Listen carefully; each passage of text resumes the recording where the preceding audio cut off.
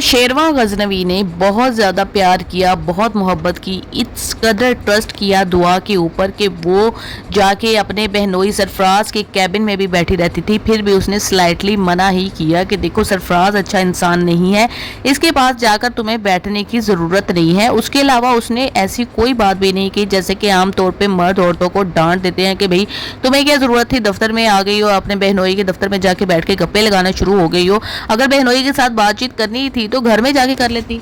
नहीं भाई, आफरीन है उस बंदे पे कि उसने बड़े ही डिसेंट अंदाज में उसको कहा, क्योंकि वो भी इसलिए कि उसने सरफराज को एक दफ़ा ऑफिस में बकवास करते हुए सुन लिया था सिर्फ चंद पैसों के ऊपर, तो उसको पता चल गया था कि इसकी औकात कितनी है। लेकिन दुआ बीबी को तो इश्क चढ़ा हुआ था एक्स बॉयफ्रेंड का जिसके साथ वो भाग गई थी, लेकिन फिर भी वो इश्क कंप्लीट ना हो सका और फिर उसकी शादी नौशेरवा गजनवी से हो गई। अब जब तुम्हारे शौहर ने तुम्हें मना कर दिया था, फिर भी उसके बाद तुम कैबिन में जाके बैठी और उसे पता भी चल गया, लेकिन फिर भी उसने तुम्हारे आने पर दफ्तर में कोई भी किसी भी किस्म की बात नहीं की, उल्टा तुम्हारी तरफ देख के मोहब्बत से मुस्कुराता रहा। हालांकि हमें फील हुआ कि किस कदर बेगैरत आदमी है कि इसको पता भी है वो दफ्तर में आई है, मेरे से मिले बगैर किसी और के कैबिन में बैठी हुई है। भाई इंसान की कोई इज्जत होती है, कोई जगह होती है, इतना बड़े बिजनेस का मालिक और उसकी बीवी ये हरकतें करती फिर रही है।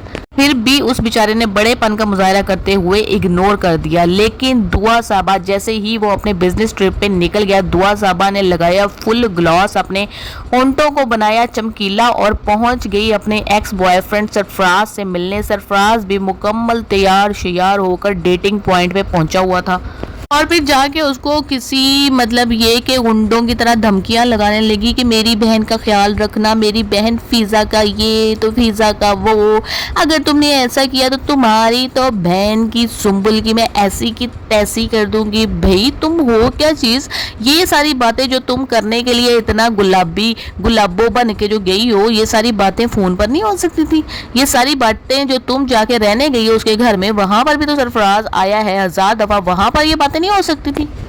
रश्माला बीबी ने 007 बनते हुए तस्वीरें खींच के जब उसको भेजी हैं, उसके पास तो नंबर भी सेव नहीं था अपनी बीवी का। अब अंदाज़ा लगाएं, वो सीन चेक करें ज़रा कि अपनी बीवी कशमाला का नंबर ही उसने सेव नहीं किया हुआ।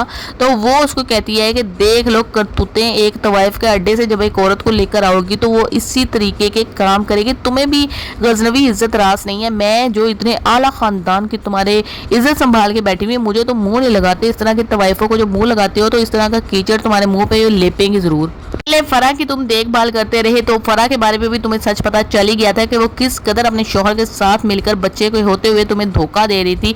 और अब इसको भी देख लो, ये भी एक जंगली फूल है जिसको कि तुमने अपने कॉलर में सजाया हुआ है, जो कि ज्यादा देर तक तुम्हारे कॉलर में लगा नहीं रहेगा क्योंकि इसकी ये औकात ही नहीं है। फिर गजनवी जब पता करवाता है इसकी असलियत के बारे में तो उसको सारा पता चल जाता है कि भाई ये तो सरफराज के साथ ही भागी थी। सरफराज का और इसका तो बहुत ही पुराना चक्कर चल रहा है और इसने इसको धोखा देने के बाद इसकी बहन से शादी की और इसको तवाइफों के अड्डे पर बेच दिया जहां से मैं इसको महंगे दामों खरीद कर लाया था। मैंने इसको जितनी भी इज्जत दी लेकिन इसने मेरी इज्जत का ज़रा भी ख्याल नहीं रखा, तो वो उससे बात करना बंद कर देता है। अब जो है ना, दुआ को एक तड़प लग गई कि हाय अगर नौशेरवा गजनवी ने मेरे से बात ना की तो मैं तो फिर 2 टके की हो जाऊंगी। मेरे घर में जो थोड़ी बहुत इज्जत बनी हुई है वो नौशेरवा गजनवी के पैसे के साथ ही तो बनी हुई है, वरना मेरा बाप मुझे कहाँ मुँह लगाता, वो मुझे कहाँ धक्के दे के ना बाहर निकाल देता मुझे। नौशेरवा गजनवी को फोन पे फोन करे जा रही है, वो फोन उठा भी नहीं रहा और जब उठाता है तो वो बात नहीं कर रहा। फिर उसको कह रही नौशेरवा बात सुनी, आई लव यू। बाजी उसे अब तुम्हारी जो है ना असलियत का पता चल चुका है बहुत ही ज़्यादा अच्छे तरीके से। फिज़ा जो है ना वो बड़े ही सोबर अंदाज में, बड़े ही ढीठ अंदाज में चलती चली जा रही है अपने ससुराल के साथ। हालांकि उसकी जो नंद है सुंबुल, उसने अपने अच्छे पन का और बहन होने का जो लिबादा है वो उतार दिया है। वो उसने इसलिए उतार दिया है कि हमारी जो हमदर्दियाँ सुंबुल के साथ होने वाली थी नेक्स्ट एपिसोड में, जबकि इसके शौहर ने इसके साथ करना था बुरा सलूक, तो अब हम कहेंगे कि अच्छा हुआ तुमने भी तो फिज़ा के साथ बहुत ही गंदा सलूक किया था ना, इसलिए उसको जस्टिफाई करने के लिए इसके किरदार को नेगेटिव कर दिया गया है।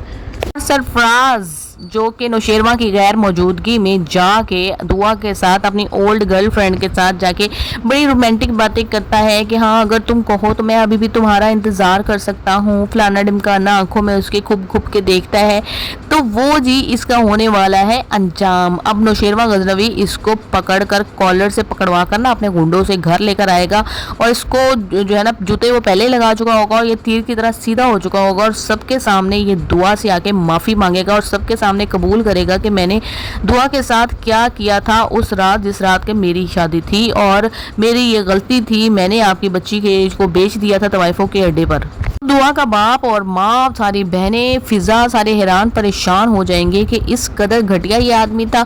और इसीलिए दुआ का वाक़या सुनने के बाद, दुआ का नाम सुनने के बाद इसने फ़ौरन फिजा के साथ अपना रवैया चेंज कर लिया था। इसको बहुत अच्छे तरीके से पता था कि गिल्टी तो मैं खुद हूँ, मैंने ही ये सारा कुछ किया है और आज नहीं तो कल ये बात पता चलेगी। इसलिए इसने फिजा के ऊपर रौब जमाने की कोशिश की कि चलो कल जिस तरीके से भी पता चलता है चले, लेकिन फिर भी उसका इतना ज़्यादा इफेक्ट ना हो।